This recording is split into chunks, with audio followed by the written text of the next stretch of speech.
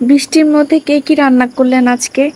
আমি তো আজকে ভাবছিলাম খিচুড়ি রান্না করব সবার ফেসবুকে টাইমলাইনে স্টোরিতে সবকিছু তো দেখে দেখে।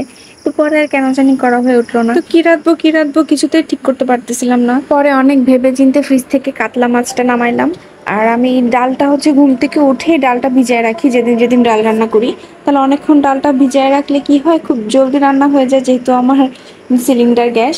আর রান্নাটা খুব অল্প সময় হয়, আর ডালটা খুব সুন্দর পরিষ্কার হয়ে যায়। আর ডাল রান্নার মানে মজা হওয়ার প্রথম টেকনিকটাই হচ্ছে ডাল খুব সুন্দর করে ধুতে হবে। যতক্ষণ না পর্যন্ত পরিষ্কার সাদা পানি বের হবে ততক্ষণ পর্যন্ত ডালটা ধুতে হবে। তো দেখেন আমার ডালের পানিটা একদম পরিষ্কার ঝকঝকে। তারপরে আমি এখানে পেঁয়াজ, কাঁচামরিচ, রসুন বাটা একটু 1 চামচ এরকম, তারপরে একটা তেজপাতা, লবণ আর হলুদ দিয়ে ডাল বসাই দিলাম।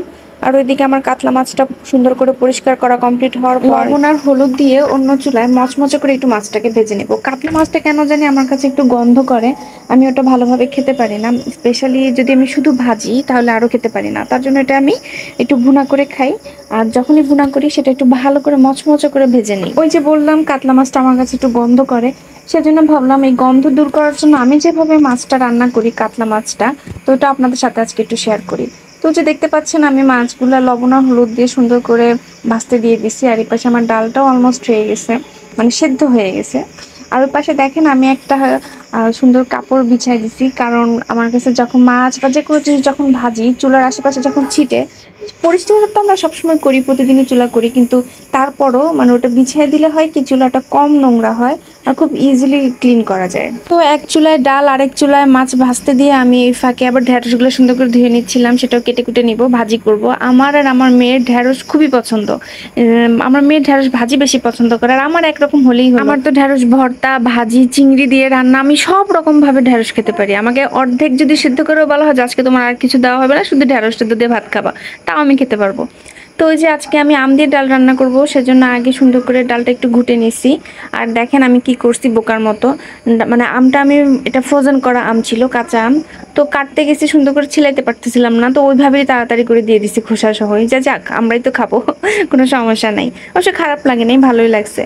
ওই যে আমার মাছগুলো দেখেন কি সুন্দর লাল টসটসে হয়ে গেছে, ভাজা শেষ। এদিকে আমি আমার ডালটাও একটু বাগার দিয়ে দিলাম। এখন মাছ রান্নার জন্য পেঁয়াজ কুচি করে সুন্দর করে তেলে দিয়ে দিছি, ওটা ভালো করে একটু ভাজা হলে তারপর আমি হচ্ছে 1/2 চামচ রসুন বাটা আর হচ্ছে 1/2 চামচেরও কম হচ্ছে একটু আদা বাটা দিয়ে দিছি। তাহলে না আমার কাছে হচ্ছে কাতলা মাছের যে গন্ধটা লাগে সেটা আর লাগে না। তারপরে 2 চামচের মতো টমেটো পেস্ট দিয়ে দিলাম। আর টমেটো পেস্ট যে কোনো তরকারিতে দিয়ে দিলে খুবই মজা হয়, স্পেশালি ভুনা জাতীয় যে কোনো জিনিসে, মুরগি, এগুলোতে খুবই জমে যায়। তারপরে সব বাকি যে মশলা একটু ঝাল বেশি করে দিয়ে বাকি সব মশলা দিয়ে সুন্দর করে মশলাটাকে আগে কষায় নিব, তারপরে মাছ দিয়ে দিব। যেহেতু আমার মাছটা সুন্দর করে ভাজাই আছে, তাই একদমই বেশি সময় লাগবে না আমার মাছটা হইতে। তো আমি এই যে মাছটাকে মশলার সাথে সুন্দর করে কষানোর পর অল্প একটু পানি দিয়ে জাস্ট তারপরে একটু ঘন হয়ে গেলে নামাই নিব। আর ওই পাশে দেখেন আমি ঢেঁড়সও ভাজি বসাই দিছি। মানে এক হাতে কত কাজ করতে পারি আমরা মেয়েরা। আমার মাছ কিন্তু প্রায় হয়ে গেছে, তারপরে আমি সেই পর্যায়ে 2টা কাঁচামরিচ একটু জাস্ট চিড়ে দিয়ে দিলাম ফ্লেভারের জন্য। আর এই যে টুইস্ট আমার রান্নার, সেটা হচ্ছে চিনি।